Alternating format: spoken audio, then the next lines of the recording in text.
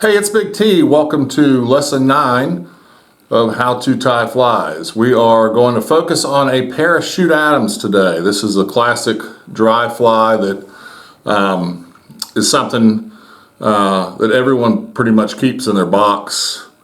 The difference between this dry fly and what we've tied previously with the stimulator is versus wrapping our hackle around the hook, in this case, we're going to be creating a parachute post and wrapping our hackle clockwise around that. So the fundamentals we'll be reinforcing, we'll be measuring and tying in our tail, creating a dubbing loop and wrapping dubbing to create our body. And then the new fundamental today will be creating a parachute post and wrapping our hackle in a clockwise manner around that post versus around the hook shank. So let's go talk about the materials we're going to use today. For our hook, we'll be using, this is a Big T wide gap size 12 dry fly hook. This is a great hook for your dry flies. It gives you a little wider gap than a lot of them for better hook sets. And then for our tailing fiber, we're going to use coq de leon. That's a great tailing fiber. You can also use mayfly tails, microfibbets. The coq de leon comes in several different colors. This particular is a black speckled. For the body, we'll go with a super fine dubbing. This is in Adams Gray here. Dubbing wise, whenever I deal with dry flies, I tend to try and deal with something that's synthetic, or if I'm going natural, I'm trying to focus on a natural that is coming from an animal that generally is a water-based animal. Maybe it's a beaver, maybe it's a mink, something that gets in the water that has a tendency to have a lot of oils to shed water that's going to help with the flotation of the fly. Then for the parachute post, we're going to use polypropylene yarn or poly yarn. This is actually a high-vis orange. If you're trying to stay a little more natural, you can go with a gray, less visible color. But I'm going to go with orange just so it can be seen. And then I've got two saddle feathers from a whiting saddle, half saddle. And one is grizzly, one is a coachman brown. So we'll be working with those today for our fly. Let's take the time and go to the vise to get it tied up.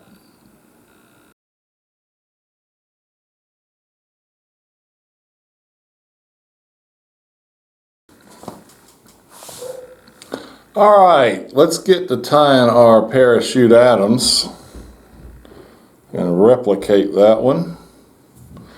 So we're starting again with the size 12 wide gap dry fly hook, and we'll start our thread just behind the eye and wrap over top of our tag so that we can trim that off, and then continue to make consecutive touching turn wraps to create a thread base all the way back to the hook bend. Now we're going to take our coq de leon feather,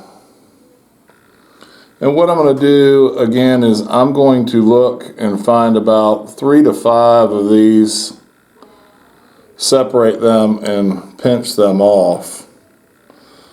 And I'm going to take these fibers here and measure about the length of the hook shank before placing them down and switching hands to my left hand and doing the pinch wrap that we've learned.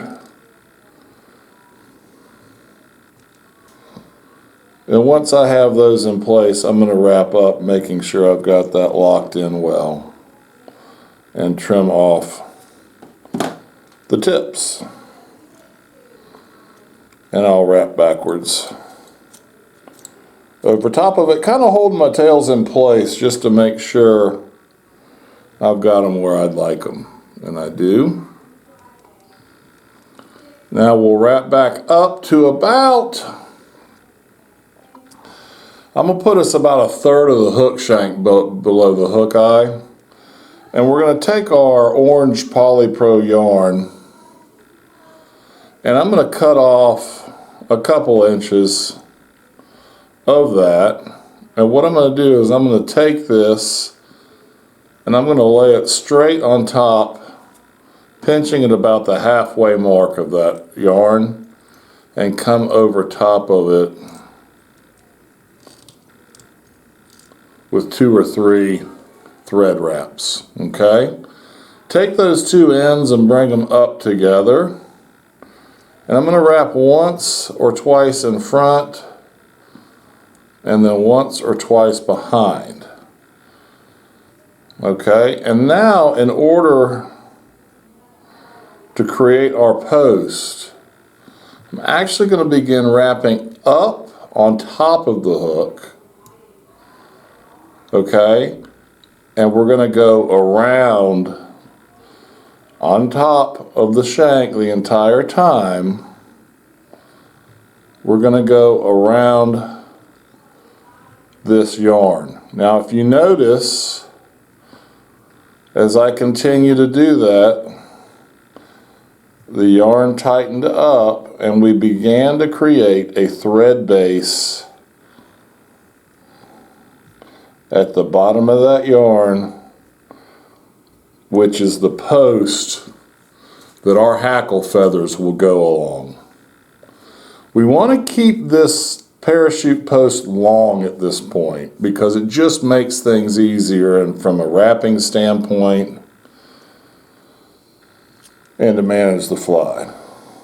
We'll tie back again to the back of the fly, and this is when we'll start to create our body using our dry fly dubbing. So what I'm going to do is I'm going to start with a very sparse amount and create a very thin dubbing noodle that I'm going to slide up and then slowly add to that so that when I make my dubbing wraps, my body is going to begin to taper.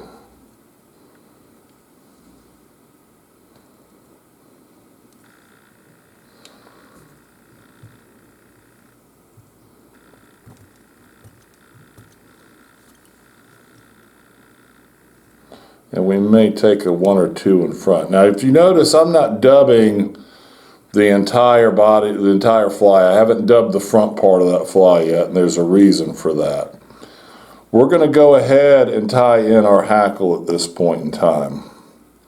So I'm going to tie in my grizzly first, and what I'll do is I'm going to be taking some of the fibers off so that I can leave an exposed part of the stem there. And I'll be tying that down in front and behind that parachute post. And then I'm going to do the same exact thing with the next hackle feather, which is a Coachman Brown. The first we did a grizzly.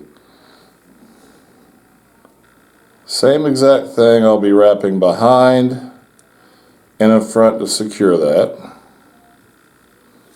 So I've got my hackle feathers tied in. I'll grab just a hair more dubbing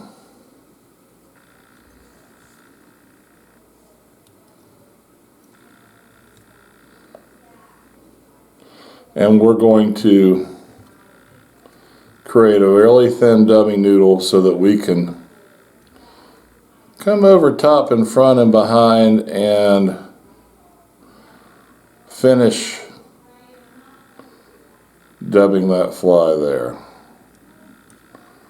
Alright, now I've wrapped it back up and over that parachute post. I'm going to do something a little bit different here, a little non-traditional.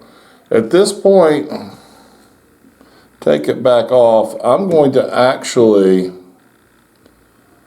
put a 1/2 inch knot in at the front of this fly. Grab my fly and turn it 90 degrees so that it's basically upside down. What this is going to do for me is it's going to allow me to wrap my hackle in a more traditional sense up and over top. So I've made a couple turns with that. And what I want to do is I want to take this thread now and I want to go underneath these fibers a couple of times so that I have locked the feathers into place. So these are locked into place now. I'm good to go with that. And at this point in time, I can do one of two things. The finish knot that we can do, if we're going to use a whip finish that I like, is to move that thread through these fibers so that you don't trap any, and then come over a couple times at the top of that hackle on top of our parachute post. And then I'll take my whip finish tool and I'll actually finish it this way.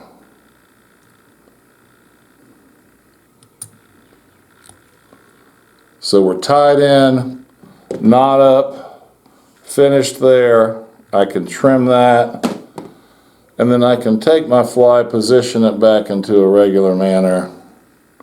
And what I like to do, so that I'm not cutting off any more feather fibers than necessary, I like to start up here and slowly bring my scissors down along the shank of my hackle feathers in order to tie that off. If you do have any feathers that are trapped underneath or look out of place, you certainly can trim those off. And then lastly, we're going to trim our parachute post. So I'm going to trim that down. In this case, because it's orange, I'm going to get it fairly low so that ideally it's not sticking out for the trout to see a whole lot of. Now the other finishing knot you could do once you've secured that hackle in place is simply to do a half hitch at the front of that. That's also a simple solution to that. But that's our parachute Adams, a classic dry fly in a size 12. Hopefully this will help you with all of your parachute flies. Tie them nicely. We appreciate it. Next time on lesson 10, we're going to be working with rabbit zonker strips, and we'll be tying a bunny leech. This will help you with the tying in rabbit strips for any of your streamer flies and such. Thanks for watching. Please subscribe to my channel and visit my store for all these fly tying materials, as well as fly fishing equipment and more. www.bigtflyfishing.com